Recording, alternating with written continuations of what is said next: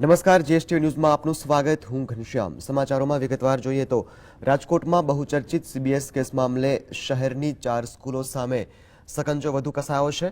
રાજકોટના ઇન્ચાર્જ કલેક્ટરે કહ્યું છે કે આ મામલે અજમેર અને દિલ્હીમાં તપાસ થઈ છે. આ સ્કૂલો સામે કડક પગલાં ભરવામાં આવશે. જોકે આ કેસમાં જિલ્લા શિક્ષણ અધિકારી પણ શંકાના દાયરામાં છે. જોકે વાલીઓને વિદ્યાર્થીઓના ભાવિનો પ્રશ્ન સતાવી રહ્યો છે. ધોરણ 8 થી 12ના વિદ્યાર્થીઓનું ભાવિ અંધકારમય થવાની શક્યતા છે.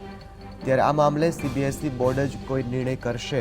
તંત્રએ હાથ અદ્ધર કરી દીધા છે.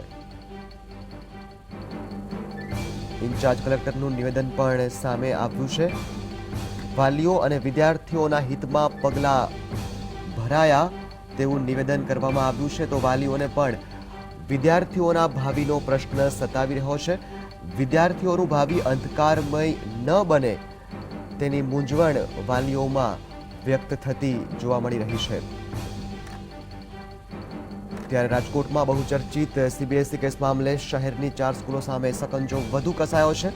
રાજકોટના ઇન્ચાર્જ કલેક્ટરે પણ કહ્યું છે કે આ મામલે અજમેર અને દિલ્હીમાં તપાસ થઈ છે. આ સ્કૂલો સામે કડક પગલાં ભરવામાં આવશે. જોકે આ કેસમાં જિલ્લા શિક્ષણ અધિકારી પણ શંકાના દાયરામાં છે. જોકે વાલીઓને વિદ્યાર્થીઓના ભાવિનો પ્રશ્ન સતાવી રહ્યો છે. ધોરણ 8 થી 12ના વિદ્યાર્થીઓનું ભાવિ અંધકારમય થવાની શક્યતા છે.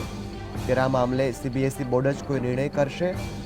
તંત્રએ હાથ અદ્ધર કરી દીધા છે. સંવાદદાતા મયુર ફોન લાઈન પર જોડાયા છે. જી મયુર, જણાવો કે જે રાજકોટનો બહુચર્ચિત કેસ સીબીએસઈ મામલે જિલ્લા શિક્ષણ અધિકારી પણ શંકાના દાયરામાં હોવાના અહેવાલ છે. શું વધુ વિગત છે? મહત્વની બાબત એ કે છેલ્લા 8 વર્ષથી સીબીએસઈની જે સ્કૂલો ચાલી રહી છે કે પછી ગુજરાત બોર્ડની જે સ્કૂલો ચાલી રહી છે ખાનગી, ત્યાં ડીઈઓ દ્વારા ગંભીરતાપૂર્વક તપાસ જ નથી કરવામાં આવી. જિલ્લા શિક્ષણ અધિકારી કચેરીના અધિકારીઓ વર્ષમાં 3 વખત તપાસ કરવાની હોય છે સ્કૂલની માન્યતાથી લઈને સ્કૂલના બિલ્ડિંગ અને અન્ય બાબતોએ, પરંતુ એવી ચોંકાવનારી વાતો સામે આવી છે કે ત્યાં કોઈ તપાસ જ નથી.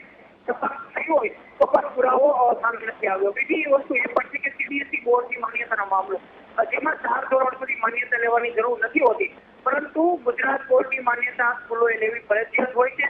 આ જે 4 સ્કૂલો છે તે કોઈ નવા વર્ગો શરૂ કરવા માટે અથવા તો સીબીએસઈના જે ક્લાસ છે તે કરવા માટે ગુજરાત બોર્ડની કોઈ માન્યતા ના લીધી હોવાનો મામલો સામે આવ્યો છે. એટલે કહી શકાય કે ગંભીર પ્રકારની શિક્ષણની બહુ મોટો ભ્રષ્ટાચાર હોવાનું ખુલ્યું છે.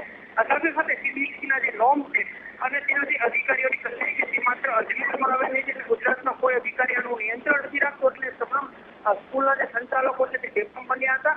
અને હવે એની સામે પગલાં લેવાની વાત તો કલેક્ટર, જે ઇન્ચાર્જ કલેક્ટર છે તેમને કહ્યું કે પગલાં લેવાની સત્તા નથી ગુજરાત બોર્ડ પાસે કે પછી જિલ્લા વહીવટી તંત્ર પાસે, માત્ર સીબીએસઈ પાસે છે. પરંતુ અહીં કોઈ સીબીએસઈની ઓફિસ કે પછી કોઈ અધિકારી ના હોવાથી આ તમામ લોકોની સામે પગલાં લેતા તંત્ર લાચાર હોવાનું સામે આવ્યું છે.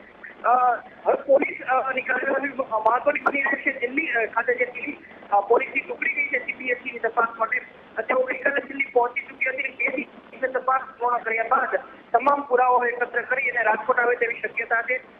ગંભીર બાબત એ પણ કહી શકાશે કે ધોરણ 8 થી લઈને આગળના ધોરણના જે વિદ્યાર્થીઓ સીબીએસઈ સ્કૂલની સફળિયા હતા, તેઓને હવે આગળના ધોરણની અંદર એડમિશન લેવા માટેનો પ્રશ્ન ગંભીર બનવાનો છે. આવા લગભગ 2000 જેટલા વિદ્યાર્થીઓ રાજકોટની અંદર આવેલા છે. તેમનું ભાવિ પણ અંધકારમય હોવાની શક્યતા જોવાઈ રહી છે.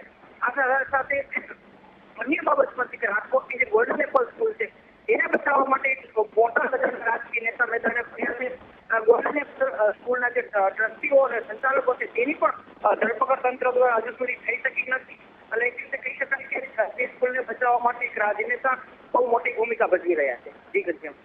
જી મયુર, આપ જોડાયેલા રહેશો. આપની પાસેથી આગળ પણ અન્ય મુદ્દે માહિતી મેળવીશું.